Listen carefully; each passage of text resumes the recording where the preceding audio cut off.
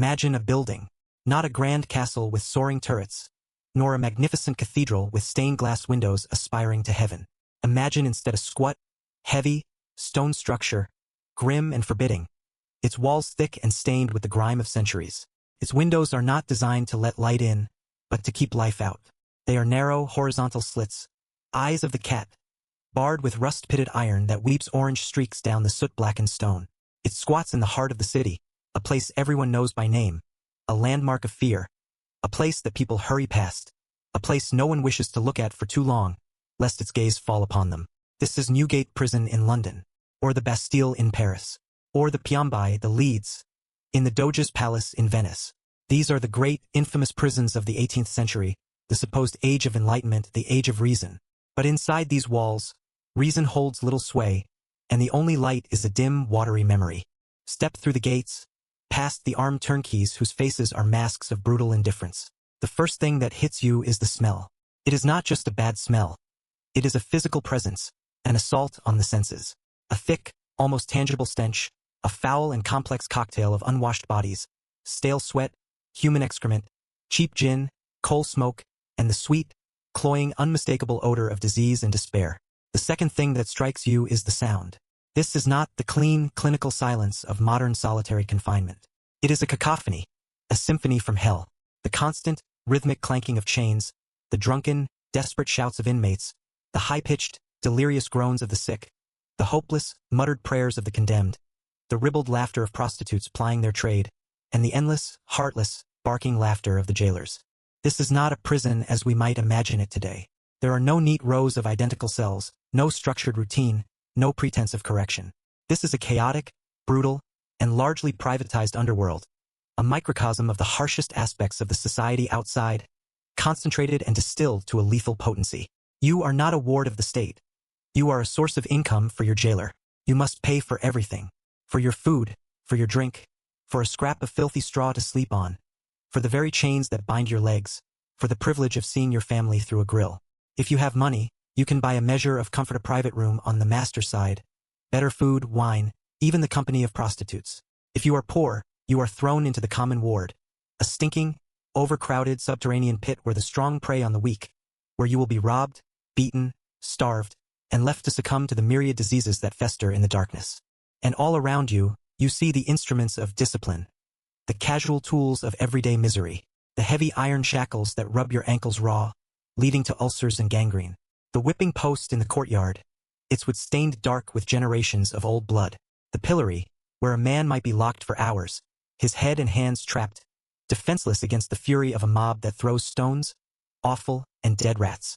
You see men and women wasting away from jail fever, typhus, their bodies covered in sores, their minds lost in delirium.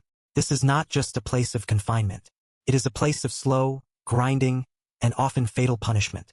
It is a system where institutionalized neglect, rampant corruption, and casual cruelty combine to create a living hell on earth.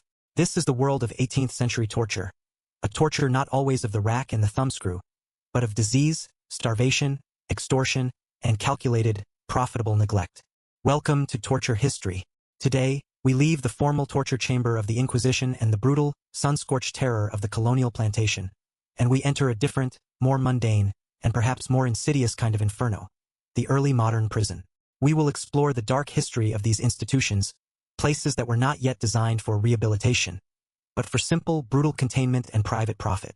We will uncover a world of institutionalized cruelty, where the greatest torturer was often not the executioner with his axe, but the system itself, a machine that ran on human misery. This is the story of prison punishment in an age of supposed enlightenment, a story that reveals the vast, yawning gulf between the high-minded ideals of the philosophers in their salons and the brutal, lived reality of the wretched of the earth. So, lock the door, listen for the sound of the turnkey's heavy key, and let's descend into the forgotten hells of Europe's most notorious jails. To understand the unique and profound horror of the 18th century prison, we must first discard our modern conceptions of what a prison is for.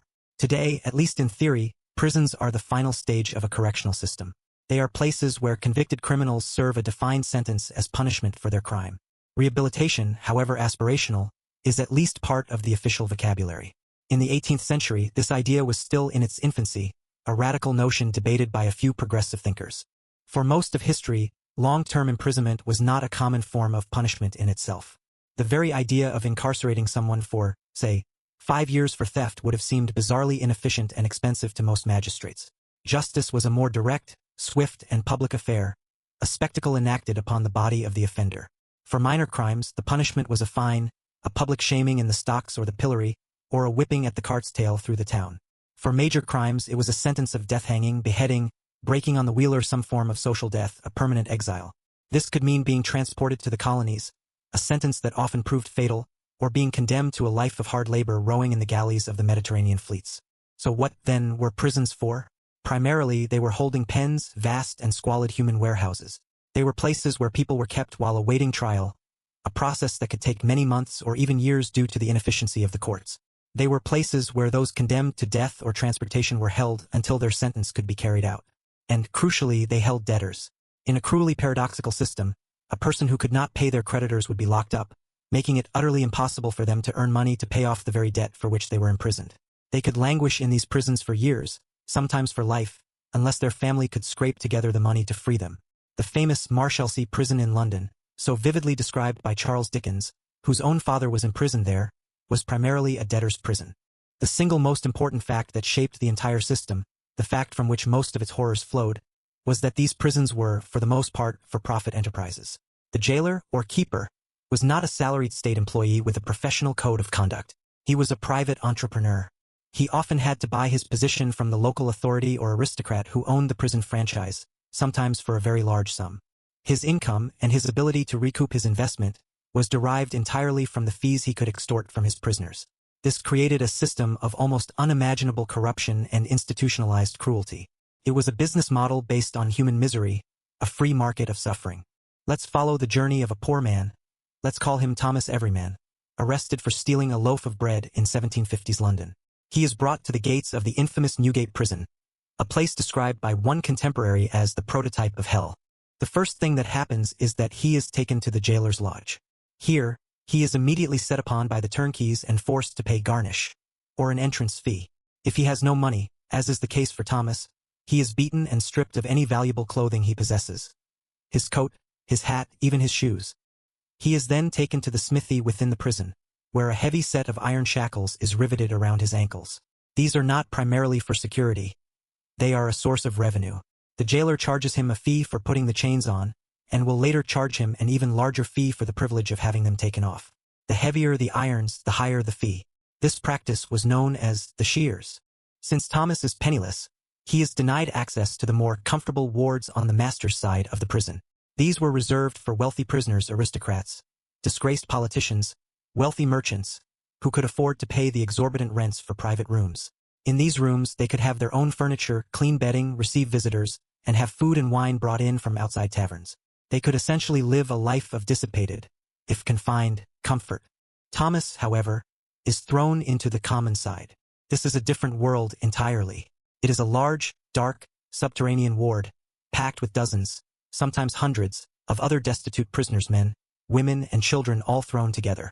The floor is bare stone, slick with an accumulated filth of generations, and often covered in ankle-deep, foul-smelling water. There is no sanitation, just a few overflowing buckets in the corner that serve as latrines. The air is so foul and oxygen-deprived that candles reputedly flicker and die, and visitors would hold scented handkerchiefs to their noses or chew on plugs of tobacco to ward off the stench and, they hoped, the disease.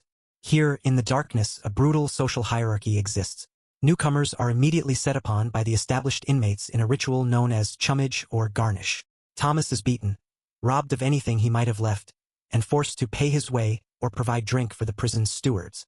These stewards are themselves powerful, long-term prisoners who run the internal rackets with the jailer's blessing, enforcing a brutal discipline in exchange for a cut of the profits. Food is not provided by the state. Thomas must rely on the meager, often rotten scraps of bread provided by charitable bequests, which were often stolen or diluted by the corrupt jailers. Or he must rely on what he can beg from compassionate visitors who came to the prison grates to witness the spectacle of misery. Water is scarce and often drawn from contaminated sources. To drink, he must pay the jailer. A pint of beer or cheap, fiery gin from the prison's own tap house is often cheaper and more readily available than clean water, leading to a state of constant, desperate, and often violent intoxication among the inmates. This was not an accident. It was part of the business model. The The jailer made a handsome profit from the sale of alcohol. In this overcrowded, unsanitary, and profoundly malnourished environment, disease was not a risk. It was a certainty. And the great killer, the true, unseen executioner of the 18th century prison, was jail fever, a term that covered a range of diseases, but most commonly typhus, which is spread by body lice. In these filthy conditions, with prisoners packed together and wearing the same clothes for months on end, lice were everywhere. A typhus epidemic could sweep through a ward with terrifying speed, killing prisoners by the dozen. The symptoms were horrific. High fever, delirium, a painful rash, and then death. The bodies of the dead might be left to rot among the living for days before being collected by contractors and buried in a common, unmarked plague pit. For a poor prisoner like Thomas, a sentence of a few months in Newgate awaiting trial was very often a death sentence. He was far more likely to die of disease, starvation, or violence at the hands of other inmates than to ever see the inside of a courtroom. This was a form of passive, administrative prison punishment. The state did not need to actively torture a poor prisoner. The system itself, the profit-driven cruelty and the deliberate, calculated indifference, would slowly and inexorably grind them into dust. This was the grim reality for the vast majority of people who found themselves behind the walls of an 18th century prison. But for those who broke the internal rules of the prison, or for those whom the state wished to make a particular example of, there were more active and direct forms of punishment. Flogging was a common disciplinary tool. A prisoner could be tied to a whipping post in the courtyard and given dozens of lashes with a cat-o'-nine-tails for a minor infraction, often at the sole discretion of the jailer. For more serious offenses, or for particularly difficult or rebellious prisoners, there were the strong rooms or dungeons. These were the prison within the prison, often underground, reserved for a form of solitary confinement that bore no resemblance to the modern concept. This was a descent into a medieval hell. A prisoner might be thrown into a cell like the pit, or the condemned hold at Newgate, a lightless, airless underground cavern where the damp stone walls oozed with slime and the water on the floor was mixed with the prison sewage. They would be left there in total darkness with no human contact, often in heavy chains with only the rats for company. The psychological effects of such an experience, the sensory deprivation, the fear, the utter hopelessness were a profound form of 18th century torture in themselves. The use of irons was a form of constant, grinding torture and another source of profit. Prisoners were often loaded with chains far heavier than what was necessary for security. These heavy iron basils would be riveted around the ankles, rubbing the skin raw, causing painful sores, ulcers, and often gangrenous infections that could lead to the loss of a limb. Sometimes, a prisoner's arms would be chained to their legs, forcing them into a permanently stooped and painful position. Or they would be chained by a short, heavy chain to a large ring in the stone floor, restricting their movement to a few feet. And again, the jailer would charge a fee for all of this. He would charge for the irons, for the labor to put them on, and for the labor to take them off. The more irons a prisoner wore, the more money the jailer made. This system of profit-driven misery and institutionalized neglect was not unique to England. Across Europe, similar conditions prevailed. In France, the Bastille became the great symbol of royal tyranny and arbitrary detention. While its reputation was perhaps more fearsome than its day-to-day reality in its later years, by the time of the Revolution, it held only a handful of prisoners, mostly aristocrats living in relative comfort. Other French prisons were horrific. The Conciergerie in Paris, a former medieval palace, was a notorious antechamber to the guillotine during the Reign of Terror. Its damp, crowded wards were packed with thousands of prisoners awaiting their date with Madame Guillotine. In Venice, the prison in the Doge's palace held the infamous piombi, the leads, on its top floor. These were cells located directly under the palace's lead roof. In the searing heat of the Venetian summer, they became human ovens, unbearably hot. In the damp cold of winter, they were freezing. Its most famous inmate, the adventurer and libertine Giacomo Casanova, wrote a thrilling and detailed account of his escape from this supposedly inescapable prison, detailing the extreme conditions and the psychological torment of his confinement. Below the piombi were the pozzi, the wells, a series of dark, damp, airless cells at the water level of the canals. These cells would often flood, leaving prisoners to stand for days in knee-deep, stagnant, fetid water, a breeding ground for disease. But perhaps the most systematic and large-scale form of prison punishment during this era was not within the prison walls at all, but on the water. This was the horror of the galley ships of the Mediterranean and, later, the prison hulks of England. For centuries, the navies of the Mediterranean powers, France, Spain, Venice, the Papal States, the Ottoman Empire, powered their sleek, fast warships, the galleys, with human muscle. The rowers, the forzati, were often convicted criminals, sentenced to the galleys for a period of years or for life. This was a sentence of slow, agonizing death by labor. Imagine being a French Huguenot, a Protestant, in the late 17th or early 18th century, Arrested for the crime of practicing your faith after the revocation of the Edict of Nantes. You are sentenced to the galleys. You are marched in a chain gang, a chaîne, across France to a port like Marseille or Toulon. Your head is shaved. You are stripped and given a simple, rough uniform of a red cap and coarse tunic. And you are chained to a long, heavy wooden bench in the belly of a warship. You are chained by the ankle next to 5 or 6 other men. You cannot stand up straight. You cannot leave your bench. You eat, you sleep, you urinate, and you defecate where you sit. The work is bone-breaking. For hours on end, sometimes for 10 or 12 hours a day, you and your benchmates must pull on a massive, heavy, or some 50 feet long, rowing in perfect, synchronized time to the beat of a drum and the sharp crack of the overseer's whip. The commite, the overseer, stalks up and down a central walkway, the coursier, lashing the bare backs of any man who falters, slows down, or collapses from exhaustion. The whip is a constant presence, its sting a regular part of your daily existence, a tool not just of punishment, but of motivation. The conditions are nightmarish. The bottom of the galley is a stinking, shallow pit of bilge water, rotting food, vomit, and human waste. Vermin, rats, and lice are everywhere. Disease is rampant. When a man dies at his body is unchained by the prison chaplain, given a brief prayer, and unceremoniously thrown overboard. Your life is a monotonous, painful, and hopeless cycle of rowing, eating disgusting rations of hard biscuit and bean soup, and sleeping in your own filth, all to the inescapable rhythm of the whip and the waves. It was a life expectancy measured in a few short, brutal years. In the 18th century, as oar-powered galley fleets became obsolete with the rise of more efficient sail-powered ships, a new floating hell was devised, particularly by the British. These were the prison hulks. When Britain lost its American colonies after the Revolutionary War in 1783, it lost its primary dumping ground for convicts who had been sentenced to transportation. The prisons back home, like Newgate, were overflowing to a crisis point. The government's temporary solution was to take old, decommissioned warships, the hulks, and moor them in estuaries like the Thames and at naval ports like Portsmouth and Plymouth. These ships were then filled with thousands of prisoners. The conditions on the hulks were arguably even worse than in the land-based prisons. They were massively overcrowded. Hundreds of men would be packed into the dark, damp, and airless lower decks of a single ship, often with less than 2 feet of headroom. Disease, particularly dysentery, the bloody flux, and typhus, spread like wildfire in these confined, unsanitary spaces. The mortality rate was astronomical, at times reaching 1 in 4 prisoners per year. During the day, many of the prisoners would be taken ashore in chain gangs to perform grueling hard labor in the naval dockyards, dredging rivers, building fortifications, or loading ships. At night, they were rowed back to their stinking, floating prison. It was a life of grueling labor and profound misery, with little hope of survival, let alone escape. This temporary system of hulks would continue well into the 19th century, becoming a key and brutal part of the dark history of British prison punishment. The horrors of this entire system, the prisons, the galleys, the hulks did not go entirely unnoticed or unchallenged. The 18th century, the Age of Enlightenment, was also, paradoxically, an age of emerging humanitarianism. A new sensibility was dawning, one that was beginning to question the casual, unthinking brutality of the old order. 2 figures, in particular, stand out as giants in the history of prison reform: the Italian jurist and philosopher Cesare Beccaria and the English country gentleman and philanthropist John Howard.